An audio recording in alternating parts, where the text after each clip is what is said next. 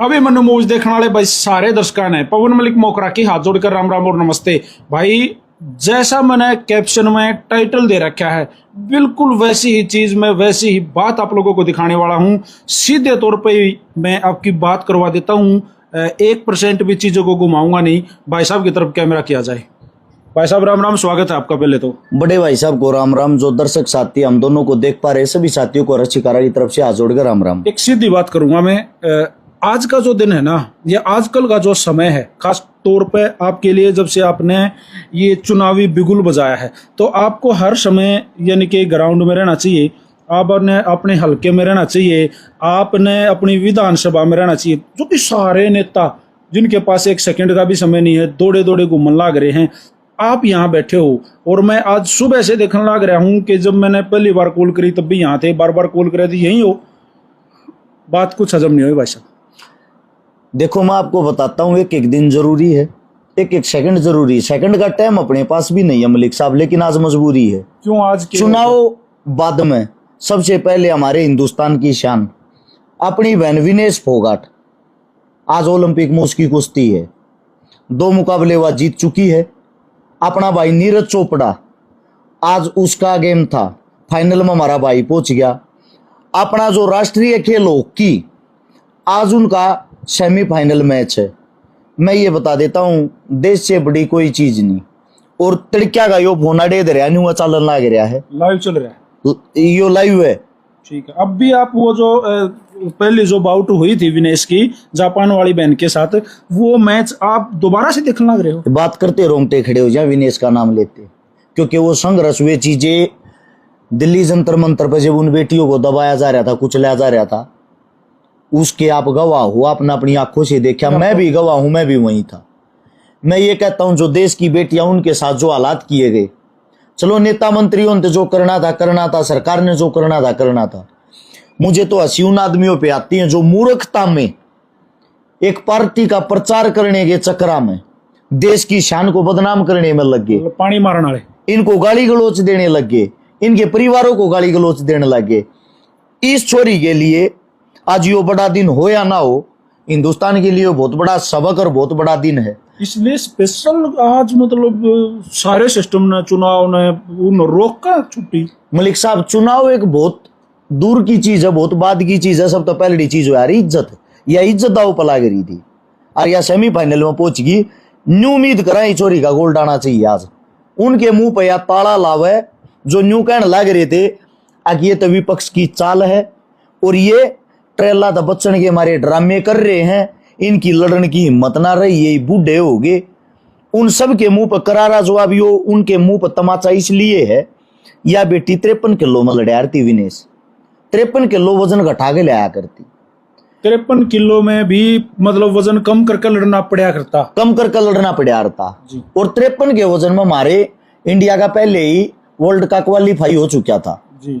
वह दूसरी गुड़िया कर आई थी पंगाल, अंतिम। अब क्या है, अगर ये उसके साथ ट्रायल देती तो वह बात फिर हो जाती। ये 30 हमारे लड़ाई लड़ रहे थे, उड़े बैठ के न्यू ड्रामे कर रहे थे।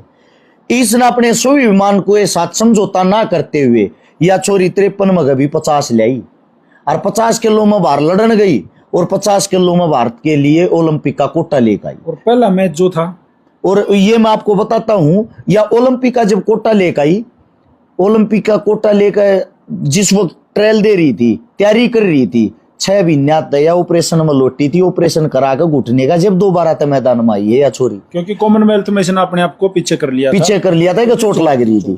अच्छा, फिर चोट के बाद कमबैक करना एक खिलाड़ी के लिए बहुत बड़ी अचीवमेंट होती है, और फिर ओलंपिक तक पहुंचना उससे भी बड़ी अचीवमेंट। और इसके दिमाग पर हरासमेंट लोगों ने पागल बना दी थी, कोमा में जाने वाली थी, दिल पर मतलब इतना बोझ। और उसके बाद भी जब इसकी पहली जो बाउट थी जापान की जिस लड़की के साथ, 5 बार की वर्ल्ड चैंपियन, लगातार 5 बार की वर्ल्ड चैंपियन, ओलंपिक में गोल्ड मेडल, और साथ में पिछले 14 साल के कैरियर में वह छोरी 3 बार आ रही है, मात्र 3 बार, और तीसरी बार भी विनेश न रही है। इससे बड़ी खुशी का पल क्या होगा? इसने ये दिखा दिया जब इज्जत दाव पे हो ना, इज्जत दाव पे एक औरत कैसे लड़ती अपने स्वाभिमान के लिए।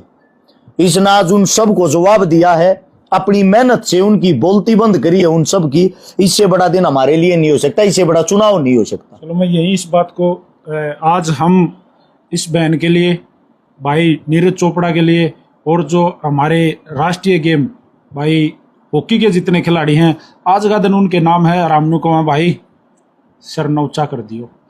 अब बात कर देता हूँ थोड़ी सी चुनाव के ऊपर ही आ जाता हूँ भाई साहब घूम फिर के। आपने गेम के लिए एक दिन स्पेशल इतने मतलब कीमती समय में से छुट्टी दी है, तो कल ना अगर ईश्वर आपको आशीर्वाद दे, गोवाना की जनता आपको आशीर्वाद दे और आप एक विधायक बन जाओगे, तो कई गेम तो ऐसे हैं जो हमारी धरती के, हमारी हरियाणा की माटी के सबसे इम्पोर्टेंट गेम है। हमारे हरियाणा का हर आदमी वो गेम देखना पसंद करा है। आप भी देखना पसंद करो, आप अक्सर वहां मैंने देखे भी हो, क्योंकि हम दोनों एक ही जगह से जुड़े हुए हैं। तो अक्सर मेरे ख्याल पहली मुलाकात भी सर्कल कबड्डी के एक टूर्नामेंट में गड्डी बड़म गांव में हुई थी जी। सच्चाई ये वास्तविकता है। गेम की हालत जो ऐसी कर रखी है, वो लोग उम्मीद कर रहे हैं हमारे मेडल इतने कम क्यों आए हैं, देश इतना बड़ा, इतनी पहले गोल्ड नहीं आ लिया। मैं ये पूछना चाहता हूं भाई साहब, हमारी सरकार सुविधा की देने लग रही है, सुविधा तो गिनवाओ। जैसे कि देश को छोड़ के हरियाणा में आ जाओ, फिलहाल हरियाणा में सर्कल कबड्डी ने सब देखना पसंद करें। एक बंदा मानते होगे, हमारे खून में है यह चीज। बिल्कुल। सर्कल कबड्डी में सिल्लू नाम का एक छोटा है भाई, कितनी छोटी उम्र का छोरा, 21, 22, 23 साल का होगा। गांव बहु अकबरपुर, जिला रोहतक, सिल्लू बलारा का खाली इंडिया में नहीं पूरे विश्व में डंका बाज रहा है इस टाइम पे। दुनिया का एक नंबर का टॉप का जाफी स्टॉपर है तो कोई आज सिल्लू है। मैं उस भाई का पर्सनली तौर पर प्रशंसक हूँ। उसकी 30 वीडियो दिन में देख लिया करूं। उसने मेरा दोबारा से इन चीजों में इंटरेस्ट बना दिया देखने का। दूसरा है रेडर है विनय है, रवि है, और है, गजब छोरे हैं ये अपने। तो मैं आपको एक बात बताता हूं, इनको सरकार ने क्या मान सम्मान दिया, कौन सी नौकरी दी है? कुछ नहीं, धक्के खाते हैं बेचारे, अपना दम पर विदेशा में जाकर पंजाब से विदेश में गए हैं, पंजाब के बल पे वो भी। और के बात कहे हैं, पहलवान बहुत कम मिलता, नशे पते करने लग गया, जिंदगी बर्बाद कर ली। अरे जिंदगी बर्बाद नहीं होगी तो और क्या होगा? जो जवानी वो गेम को दे दी, उसके बाद आप लोगों ने उनको इज्जत मान सम्मान क्या दिया? एक बड़ी चीज है ये, पंजाब ने इन छोरिया का नाम निखार दिया। बिल्कुल सत्य बात है। कितना ट्रैक्टर देवे, कितना जेसीबी देवे, कितना गाड़ी देवे, कितना कार देवे, कितना बुलेट दे, हौसला बढ़ा ना इनका। बिल्कुल हौसला बढ़ के ये विदेश में भी गए। विदेश में भेजने वाले कौन? पंजाब जी। और बच्चे किसके हैं? ये हरियाणा के। बिल्कुल। तो क्या हमारी हरियाणा सरकार का ये फर्ज नहीं बनता इनको कोई ना कोई अच्छी इनके लेवल की सरकारी नौकरी दी जा? एक और भाई साहब, जैसे रवि दौरा है, 7 से 8 मतलब कनाडा में कंटिन्यू उसने कप खेले हैं अलग अलग, सबका बेस्ट रेडर, सभी टूर्नामेंटों का बेस्ट रेडर, जिसने एक भी जफा नहीं खाया वो रवि है। और 5 बार का बेस्ट सिल्लू, 7वां है, 5 बार का छठा तो उसने बीच में छोड़ दिया, थोड़ी सी इंजरी होगी तो 7वां उसने खेला ही नहीं। तो इससे बेस्ट क्या लोगे भाई? देखो इससे भी बड़ी बात ये है, जो पड़ोसी हैं, जो हमारे बड़े भाई हैं पंजाब, वे हमारे बड़का ने इतना मान सम्मान देने लग रहे, डूब कर मर जाना चाहिए। हमारी सरकार ने शर्म आनी चाहिए इनके लिए। कोई ना कोई तो इसी चीज बनाओ। अब भाई तारी डायरेक्ट भर्ती इस चीज में करी, और क्या मनाई न कि खेल में हिला दो। ये तो डी ग्रुप थी भी तैयार है बेचारे, डी ग्रुप में भी लगा देंगे ना चपरासी, वहां भी तैयार है। क्या करे? बेरोजगारी। ऐसे सिस्टम को बदलने के लिए ना आपको बता दूं, खाली यह बात हो रही थी सर्कल कबड्डी की, कुश्ती के भी ये हाल हो रही है। बिल्कुल। कुश्ती के गामा का मनो बता दो, कितने कोल हैं, कितने मैट हैं, कितने खाड़े हैं। सही बात है। सब है। कोई भी गरीब परिवार का बालक होया, पहली बात तो गेम करता है गरीब परिवार का बच्चा। अच्छा, वो जो गेम करता है वो गेम करता है अपने दम पे। अपने दम पे कैसे गेम करता है? अपनी जेब से पैसे लगा के या पैसे उठा कर। इसका मतलब तो कति जो गरीब तबका है, जो दिहाड़ी मजदूरी करने वाले जो है, वो तो फिर गेम के बारे में सोचो ही मत। गेम में दिहाड़ी मजदूरी करने वाले कर रहे हैं, मजदूरी करके जब वो इंटरनेशनल बन जा है, इंटरनेशनल बन के भारत देश में जा है, भारत देश में फिर हम तो उपेक्षा क्या कर रहे हैं? इनको ओलंपिक में बेटे गोल्ड आना चाहिए। अरे न्यू तो देखो आप लोगों ने सुविधा क्या दी, जो बाहर वाले उनके पास तकनीक और सुविधाएं पहले से ही बहुत ज्यादा है, इस मारे हमारे बच्चे उनसे कंपटीशन में थोड़े पीछे रह जाते हैं। तो इनकी तरफ सरकार खाली क्रेडिट लेने के लिए आती है, इनको बढ़ावा देने के लिए नहीं आती। कल ना अगर आप विधायक बन गए, ईश्वर का आशीर्वाद आपके सर पर रहा, तो क्या हम या हमारी जनता, मतलब पूरे हरियाणा की जनता के लिए बोलूँगा, अगर देखो कोई पहल करनी चाहिए तो क्या आवाज़ उठेगी? क्या आप इनके लिए लड़ोगे? मलिक साहब 62 गांव है, ज्यादा बड़ी बात तो कहते नहीं। 62 गांव में कम से कम 25 सेंटर खेल आगे धूम धड़ाके वाले होंगे, जिसमें हर एक गेम खेल जा। 62 गांव में 25 ऐसे, 25 नहीं तो आप ये मान कर चलो 20 कॉलेज और स्कूल और हॉस्पिटल आपस में कनेक्ट ऐसे होंगे, जिसमें मुफ्त में पढ़ाई हो, कि तो जाने की जरूरत ना पड़े दूसरे हल्के में, दूसरे जिले में, दूसरे देश में। हर चीज की सुविधा वहां मिल रहेगी। शिक्षा, स्वास्थ्य, रोजगार और खेल, ये काम करके दिखाओगे कह के नहीं। रोजगार का आपने जिक्र कराया जी। जब कोई किसी भी हल्के से कोई विधायक बना है तो आमजन सोचा है भाई हमारा विधायक बन गया, और ईब जैसे एक यह बात चल रही, बिना खर्ची बिना पर्ची नौकरियां मिले, या फिर जैसे नू कहें देख भाई पैसे दे के नौकरी मिला करती, तो अब जो माहौल है वो बदलने लग रहा है, लोग भी समझदार होने लग रहे हैं। तो क्या ऐसा दिन, ऐसा टाइम अगर आप विधायक बने तो देखने को मिलेगा कि भाई साची में बगैर खर्ची पर्ची, और वे परिवार जिनके देने के लिए भी कुछ नहीं है, उनके बालक जो सोनीपत अंग्रेजों के समय से अगर आप याद करोगे, यहाँ के जो स्कूल है, शंभू दयाल स्कूल है, हिंदू स्कूल है, पढ़ाई का हब रहा है, शिक्षा के कारण सोनीपत को जाना जाता था। वो है अब, वो है पढ़ाई का क्षेत्र सोनीपत को। सोनीपत के अंदर ही आता है गोवाना, यानी कि गोवाना को दोबारा से वही पढ़ाई का हब बना देंगे जो था, वही खेलों का हब बना देंगे, वही स्वास्थ्य का हब बना देंगे। एक चीज और आगे बड़ा हंगाला है आपने इस बात पर कि आप जोर लगाओगे, लेकिन एक और चीज से हब बन गया गोहाना, समझ गए होगे मैं क्या कहना चाहूँ? जी जी। तो बताओ। गोवाना अब बन गया, अब जो सोनीपत और गोवाना सेम है, क्योंकि पहलड़ा गांव गोवाना हल्के में, सोनीपत लगते पहलड़ा गांव आओगा बड़वासनी गोवाना रोड पे, वो गोवाना में आवे है, शायद सोनीपत का गांव। रोहतक की साइड जाओगे पहलड़ा गांव आओ मलाना, मात्र 3 किलोमीटर है, गोवाना विधानसभा में आवे है।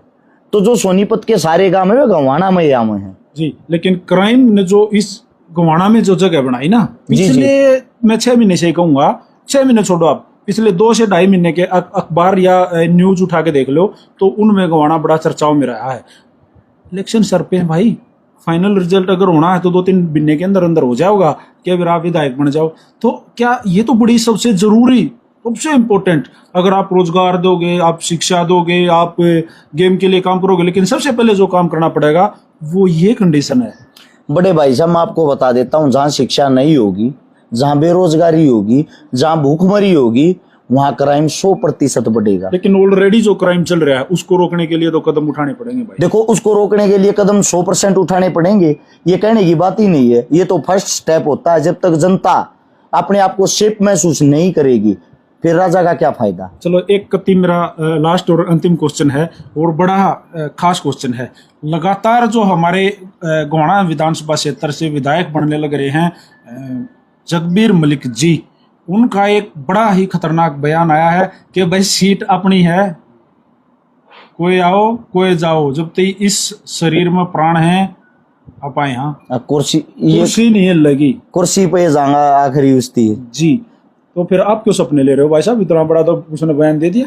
देखो, इसका मतलब ये उनकी सीट नहीं लगी, सीट नहीं कटेगी, तो इसका मतलब और कोई चुनाव ही नहीं लड़ेगा। भाई लड़ो, लेकिन जीतने के सपने में देखो, क्योंकि उन्होंने तो बड़ा खतरनाक बयान एक झटके में दे दिया है। इसका मतलब तो फिर गोवाना जो तहसील है, गोवाना विधानसभा है, वो मलिक साहब के नाम में करवा देनी चाहिए। भाई अभी जो उनका बयान आया है जो बिल्कुल लेटेस्ट, भ्राताश्री ऐसा है, कई बारी आदमी अहंकार में, भावनाओं में बह जाता है और कुछ भी बोल देता है। अंकल जिया की उम्र ज्यादा हो रही है, वृद्ध अवस्था में है, हालत उनकी जो है वो ठीक नहीं रहती, क्योंकि ज्यादा बड़ी उम्र होगी, हो सकता है मुख से ऐसी बातें कई बार निकल जाती हैं।